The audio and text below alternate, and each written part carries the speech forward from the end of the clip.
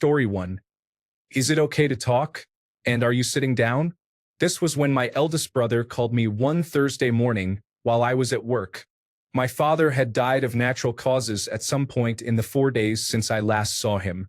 My boss just said, "Go. Come back when you feel able to." Story 2. The first time I heard a doctor use the term end stage, when talking about my fiance's illness, it hit me hard that this was not something she was going to recover from. It shattered me, but I had to keep a stiff upper lip for her sake. Story 3. You don't have to live like this anymore. It was said by a nurse at the emergency room the last night I drank and did drugs. I'm sure I had heard it from others before, but this time it hit hard. Story 4. People like us do not have people like us. We are the people we need.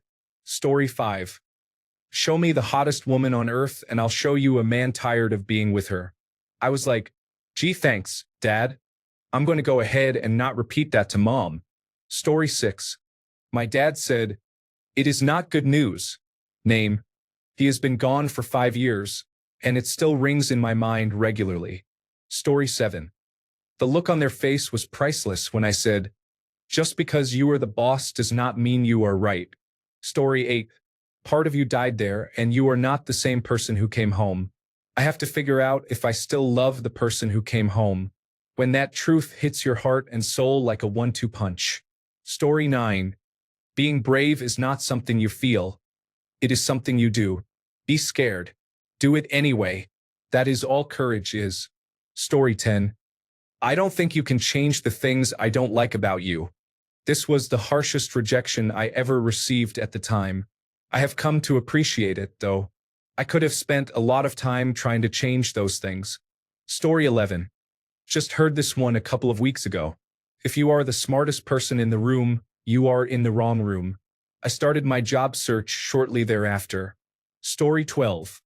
A society grows great when elders plant trees in whose shade they shall never sit.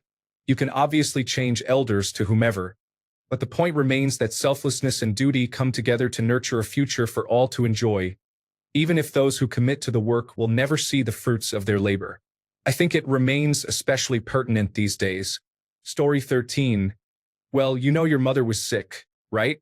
Said to me by a drill instructor in basic training after my mother passed. The word was jumped out. I knew right then. Story 14. Albert Einstein said, "Everybody is a genius. But if you judge a fish by its ability to climb a tree, it will live its whole life believing that it is stupid." Story 15. No is a word that must never be negotiated, because the person who chooses not to hear it is trying to control you. Gavin de Becker. The gift of fear. Survival signals that protect us from violence. Story 16. Over-reliance on experience leads to an increased frequency of mistakes with increasing levels of confidence. Story 17. Not heard or read before, but it stopped me in my tracks. Existence is beautiful if you let it be. Life is not a question. There does not have to be an answer. No Man's Sky. Story 18. When I was doing my accelerated freefall course for skydiving, my instructor was talking about all the different malfunctions that can happen and what to do. He kept saying, "You will have the rest of your life to figure it out." Story 19. Figure out what you are afraid of, then go live there. I think it is a Chuck Palahniuk line. Fear tends to dissipate when you spend time with it. Many of the things we fear are not as bad as we imagine. Except wasps. I really dislike wasps. Story 20. God does not love dirty, nasty whores. 5 years old. After telling her my father's teenage stepbrothers hurt me, she laughed, and I told her that I would pray to God to help her love me. She locked me in the basement with them again anyway. My father came home and told me that I was disinherited. I pulled a heavy kitchen chair into their closet to get the big dictionary because I did not know what whore or disinherited meant. Story 21. Life is not fair and the world is mean. Do not love halfway, and do not waste your time on those who do. Story 22. The arc of the moral universe is long, but it bends toward justice. The sentence itself is beautiful. That it was uttered by a black man at a time when George Wallace was saying in his inauguration speech things like, Segregation now, segregation tomorrow, segregation forever is inspiring. Story 23. Your father has been arrested for solicitation of a minor. I was 15, and although I knew what that meant, I had to ask my mother what she meant. After she explained, I vomited and started crying. 25 years later, the memory still elicits a physical reaction. Story 24. When somebody tells you that you hurt them, you do not get to decide you did not. My mom never takes accountability for the hurtful things she says. I reached a breaking point and told her that constantly bringing up my weight in every conversation hurts me, as if that is all she cares about. She tried to spin it by saying I should be happy. I repeated that line, and she stopped and apologized afterward. Story 25. Some people do not want to understand, no matter how many times you explain or try to rephrase it. Story 26. If your mother did not love the man she cheated on me with, she would not still be married to him. My dad said this to me accidentally when we were arguing about why he divorced my mom 20 years ago. I went through my whole childhood not knowing how my stepdad and mom really met. Story 27. I don't need or want my parents' validation anymore. What is important to me now is how my boys feel about me as a parent. I said this last night. My youngest came 15 weeks early and has a long stay in the neonatal intensive care unit ahead. My wife's family is supporting us, along with a few close friends. My parents are overwhelmed, and while I am incredibly angry, this is just the latest in a series of mistakes over the course of my life. Even my 13-year-old acknowledges that they are disappointing. Their loss. Story 28. No wonder she is so overweight. 8-year-old me, a bit chubby, eats a perfectly portioned, balanced dinner. Stepdad to my mother. No wonder she is so overweight. Look how much you feed her. Spinach. He was referring to a pile of spinach. Story 29. I wish you could see the potential the world sees in you. My ex told me this through crying eyes after she ended our relationship. It was heartbreaking and motivating all at once. I immediately broke down. Now, every time someone mentions my potential, I feel irrationally sad but also overcome with a sense of motivation to at least fight to become the person the people in my life believe I can be. Story 30. That's fine, I'm having an affair with the neighbor anyway. I said when I told my now ex-wife I wanted a divorce. We have been divorced for 9 years, and she is currently married to the neighbor. Story 31. Not heard the exact sentence, but verbalizing to the veterinarian that we are just going to let my senior dog live out what he has left without doing anything to his growth. We always danced around the subject or used euphemisms, but saying it as it was hit hard. Story 32. When you see someone you think of as a friend treat someone else terribly, here is the sentence that stands out. There is never just half a coward. You just have not had your turn yet. Story 33. If they were as good as you, why would anyone need you? I complained about my staff a lot when I ran my own business for a while. My friend, who has been running his own business for over 30 years, said this to me. It hit me so hard that I literally stopped complaining and just worked through it. Story 34. I don't know how to tell you this, but Percy is not going to make it. A call I received in September of last year. Percy was one of my best friends. I have not felt real since. Story 35. You can have many problems in the world, but when you have a health problem, you have only one problem. Story 36. Just because you are a character does not mean you have any. This is extremely real and painfully true. Many people today, especially those who see themselves as influencers or above others. Story 37. The trouble is you think you have time. Buddha. When someone shows you who they are, believe them the first time. Maya Angelou. Story 38. Why do people who were adopted feel rejected rather than selected? Story 39. If you do not drink today, you will never get drunk because it is always today. 26 years later, it is still today, and I have not drunk since. Story 40. The Daily Prophet does not exist to tell you the truth, you silly girl. It exists to sell itself, or something close to that. I was naively much like Hermione when I read that and was just as outraged as she was. Story 41. I'm sorry he was gone too long. Paramedic to me. I woke up to go to work and found my first child had died of sudden infant death syndrome at 2.5 months old. After a rough childhood of being abused, then that happening, I spiraled into hard drugs for the following 5 years. I have been sober for 20 years now, though. Story 42. As I was rushing home from another state to see my father at the hospital, I was met in the lobby by my brother who said, "Dad passed away about an hour ago." I completely fell apart. The really eerie part was that as my plane was about to land and I was talking to my wife about something completely different, I got a very strong feeling that he had passed. That happened exactly at the time of his death.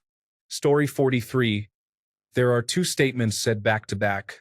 You will never need to chase after what is supposed to be yours. You will work for it, but never have to force it. Story 44.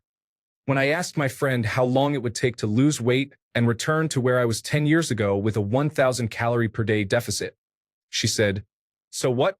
You spent 10 years gaining weight. What is 1 year to get back to normal?" Story 45. If you heard one of your friends talking about themselves like that, being very hard on themselves, tearing themselves down, very critical of themselves, would you be okay with it? No, of course not. They are so great. I would do what I could. If you don't want your friends to feel like that, why can you talk to yourself like that? I legitimately just stared at this woman like a fish, with my mouth opening and closing for I don't know how many moments, because it had never been framed that way for me before. I still don't have an answer. I am better than I was, but it is a long road and progress is not linear. Also, various variations of this is valid when I have talked about trauma, some of my experiences and struggles, and just things that have shaped me to who I am and the baggage I carry.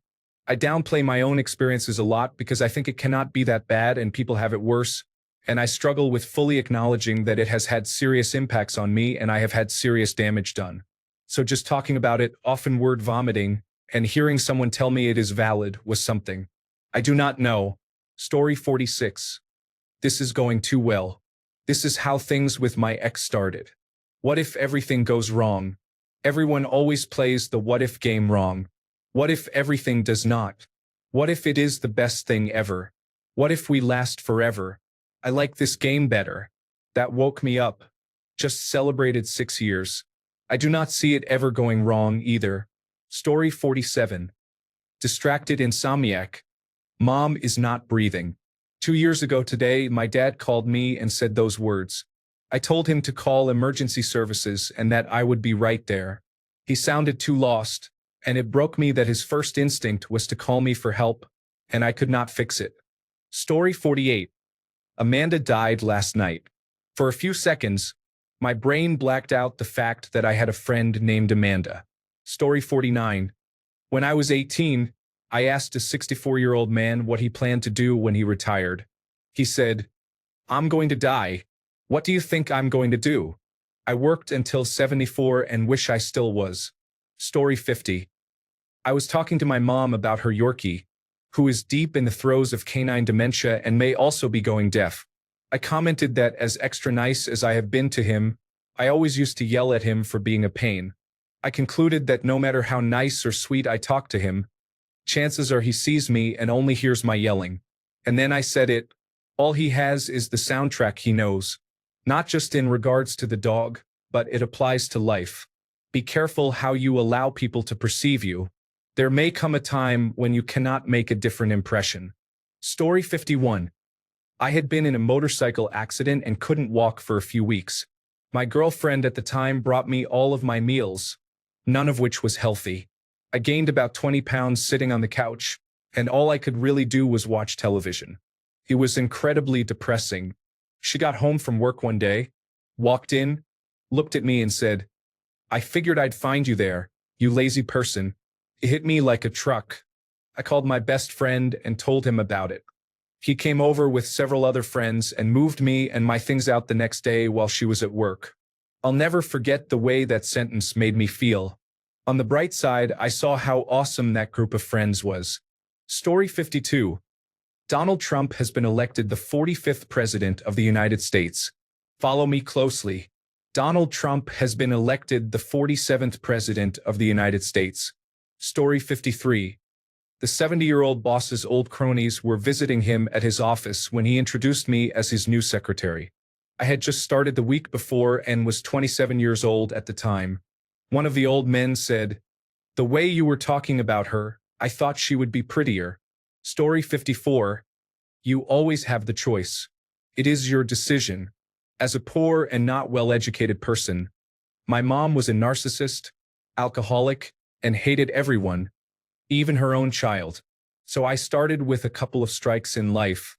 At that time, as a young adult, I sometimes complained about the fact that I had no choice but to drop out of school or be poor or take one decision or another. When someone told me that it was all my fault, I refused to admit it and was angry at him. Years later, when I decided to go back to school and get my life straightened out, I understood what he was saying. Sometimes life does not give you many choices. Most of the time, you have to choose the easy one or the tough one. Most often, the easiest choices are not good for you in the long run, while the toughest ones are hard to make but great for your life over time. Still, the decisions are yours to make. Nobody forces you to choose one way or another. You do. The moment you acknowledge that you are on your way out of the hole. Story 55. If you do not like them, why do you care what they think? This made me rethink many personal and professional relationships. Story 56. Grieving a loved one and reconciling feelings a decade later. This truth is revealed. Grief is love with nowhere to go. Story 57. The more you know you do not know. This was a decade and a half before the Dunning-Kruger study was published. Story 58. If everywhere you go smells bad, you should probably check underneath your shoe. I wish someone had told me this when I was younger. I did not hear this until I was 28 years old. Now, every time I think of that quote, I have to remember that some of the bad things that have happened to me are my fault, such as the string of difficult relationships I had. Story 59. My dad's best childhood friend worked for him at his pawn shop for a few years while I also worked there. We'll call my dad's friend John. One of our duties was to sweep and mop the floors before opening the shop. John's sweep pile was always significantly larger than mine. One morning I asked him, "How is your pile always so much bigger than mine when I sweep?" His answer hit me like a sack of bricks and has stuck with me ever since. He simply said, "Because you sweep to get it over with and be finished. When I sweep, I look for dirt." This simple sentence not only embarrassed me but gave me a kind of mantra to use while working. I was a lazy 17-year-old kid then. I am now 40 years old. What he said really hit me. I don't think this will translate well to others, but we will see. Story 60. We need to talk. Spoken by a doctor twice in my life. Once for my wife, once for my brother. Both cancer diagnoses. Story 61. She was in a car accident 5 minutes after I did not answer the phone. It still eats away at me some days, wondering if she never would have gotten in that car if I had answered. Story 62. They said I have stage 4 lung cancer and it is terminal. My dad, my best friend in the whole world. I was 19 and had to look up terminal after we hung up just to make sure it meant what I thought it did. That moment changed me forever. 6 to 12 months was his prognosis. He was 40, passed in 5 months. I will never stop feeling broken. It has been almost 9 years now. My brain chemistry changed in one phone call. Story 63. I was just on an aircraft accident investigation course. During the discussion about the profit-driven nature of the industry as a whole, this statement came up. Positive change for employees only comes when it becomes too expensive to continue betraying them. Story 64. You cannot wait until life is not hard anymore before you decide to be happy. Jane Marchevsky, also known as Nightbird on America's Got Talent in June 2021. She died in February 2022 from cancer. Story 65. You can never fill from an empty cup. As someone who prioritizes everyone but myself, I could see myself becoming jaded and frustrated because I was burning myself out to cater to others. Story 66. The universe is under no obligation to accommodate you in any way, shape, or form. Whining about it will not change that. Story 67. Not everything is a lesson, Ryan. Sometimes you just fail. Michael G. Scott/Wayne Gretzky. It is possible to commit no mistakes and still lose. That is not a weakness. That is life. Jean-Luc Picard. Story 68. My mother told me I was being selfish once when I was struggling with friends. I was making their issues into mine and feeling so deep in self-hate and misery that I was not supporting them. My mother telling me that really shocked me into a better state of mind. Being selfish was not who I wanted to be, so I did my best to prioritize others. Story 69. The Pentagon was hit minutes after I told my friend that my dad was not near the World Trade Center or the Pentagon on September 11th. Story 70. It was the best of times, it was the worst of times. It was the age of wisdom, it was the age of foolishness. It was the epoch of belief, it was the epoch of incredulity. It was the season of light, it was the season of darkness. It was the spring of hope, it was the winter of despair. We had everything before us, we had nothing before us. We were all going direct to heaven, we were all going direct the other way. In short, the period was so far like the present period that some of its noisiest authorities insisted on its being received, for good or for evil, in the superlative degree of comparison only. Story 71. It's not that I don't want children. I just don't want children with you. Over the phone. An actual desk phone with a handle and push buttons. Story 72.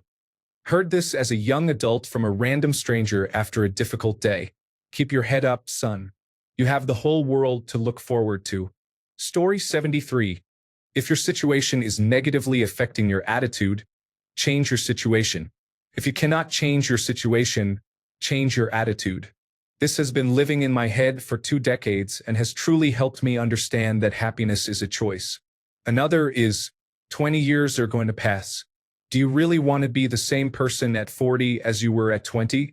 Story 74. I respect time more than anything as it is our most valuable resource. Money comes and goes, but time only goes. Not many people realize that. When you give someone your time, you are really giving them a piece of yourself, and that is why you have to be careful with it. Story 75. Mine has to be from Star Trek. This has become my life motto. Spock saying, "The needs of the many outweigh the needs of the few or the one." So true but not taken to heart by people. Story 76. People are not out to get you. They are out for themselves. You are not the main character in their story. Story 77. I was in a very emotionally abusive relationship with a deeply traumatized and mentally troubled man. I remember the night we met and how he told me that nobody cared about him or if he died. I told him I cared. He asked me why, since I hardly knew him, and I said I care about everyone. He replied, "Yeah, well, you'll find that not a lot of people care about you." It was not even a crazy thing to say, nothing mind-blowing or emotionally groundbreaking, but it hit me right where it hurts. This felt like a punch in the gut. I actually broke down and cried on the spot. I had spent so much time and energy caring for and trying to help people who couldn't care less about me, and to hear someone say it to my face just broke me. He felt bad and apologized because of my strong reaction, but pretty much our entire relationship was like this moving forward. I have never been the same person since I met him. Everything he said killed some part of me bit by bit. I was so optimistic and caring before that relationship. I just can't find it in myself anymore. Something hit me even harder later in our relationship. He said something that made me cry, though I don't even remember what it was. He was so apathetic about it that I finally snapped and said, "Do you even care?" I usually don't ask loaded questions like that, but I felt so helpless at that point. All he said was, "Honestly, I wish I did, but I don't care." Somehow, I continued loving this man after he told me flat out that he did not care about me or my feelings. I guess all of it had to happen, because never again will I find myself in that situation. I am just too apathetic now to end up being the emotional nanny of an abuser. Sorry for the essay. I don't talk about this often. Story 78. It's not too late. For me, it was about transitioning, but it applies to many things. People often give up, thinking it is too late for them to pursue happiness. The truth is, it is never too late to try to be happy, improve your life, or grow as a person. As long as you are alive, you have time. Story 79. It is actually a lyric from Me and Bobby McGee. I would trade all my tomorrows for one single yesterday that struck deeply. Story 80. Oh man, this one is easy and it was from a therapist. Thoughts are not facts. That single sentence honestly changed my life. Up until then, I had been at the mercy of constant anxiety. That one phrase lifted a weight, and I am eternally thankful for it. Story 81. Create something every day, even if it is not perfect. Pablo Picasso is estimated to have created over 50,000 pieces of art, but is generally known for only a handful. I get so paralyzed with fear that what I create will not be good enough or will be a waste of resources or time, and this stops me from creating entirely. Story 82. You weren't hard to love. They just didn't know how. Stared at the wall for a solid hour after that one. Story 83. You never know when it is the last time you are playing this game, having a conversation, or seeing someone. Story 84. Be yourself or stop dreaming. There was a time when I was stagnant, full of imagination and many goals, but I never took action to make them real. Now, I am trying to achieve some of them one step at a time. Story 85. Be curious, not judgmental. I more or less lived this way already, but had never heard it expressed so succinctly. Story 86. Many people spend their lives trying to become the hero who would have saved the day that one time no one did. Story 87. I have cancer. My wife said that after she got off the phone with her doctor, she was told she would not just have one doctor, but a whole team working with her. She was fairly young, in her 40s, but because of the type of cancer, she was considered completely disabled, and Medicare eventually kicked in. It was a good thing too. Our medical insurance absolutely did not want to pay for several things her doctor said were medically necessary. Long story short, she was stage 4 when they detected it. Aggressive chemotherapy and some surgery brought her down to undetectable levels. She lived a fairly good life for 7 more years. We traveled a little, but it wore her out. She kept her hair, which she was extremely grateful for. My employers were difficult though. No working from home, even though my job could easily be done remotely. But the cancer, even though undetectable, eventually spread to her brain and killed her. That was 2 years ago. I am grateful for the additional 7 years, but that sentence hit me like a ton of bricks. Story 88. High functioning does not mean it is easy for you to deal with. It means it is easy for the people around you to deal with. Story 89. Hey bud. My dad was in the hospital for blood clots in his lungs. Mom called me at work to tell me that his heart had stopped beating. I thought I lost him, but then she said the doctors brought him back with cardiopulmonary resuscitation. Hearing his voice after thinking I would never see him again was the best feeling I have ever had. Story 90. When my friend, who is 16 years old, told me, who is 17 years old, as we were falling asleep for a morning paper route, I wish you were a girl. Thanks a bunch for sticking around till the end of the video. Remember to subscribe, and until next time, stay awesome and goodbye.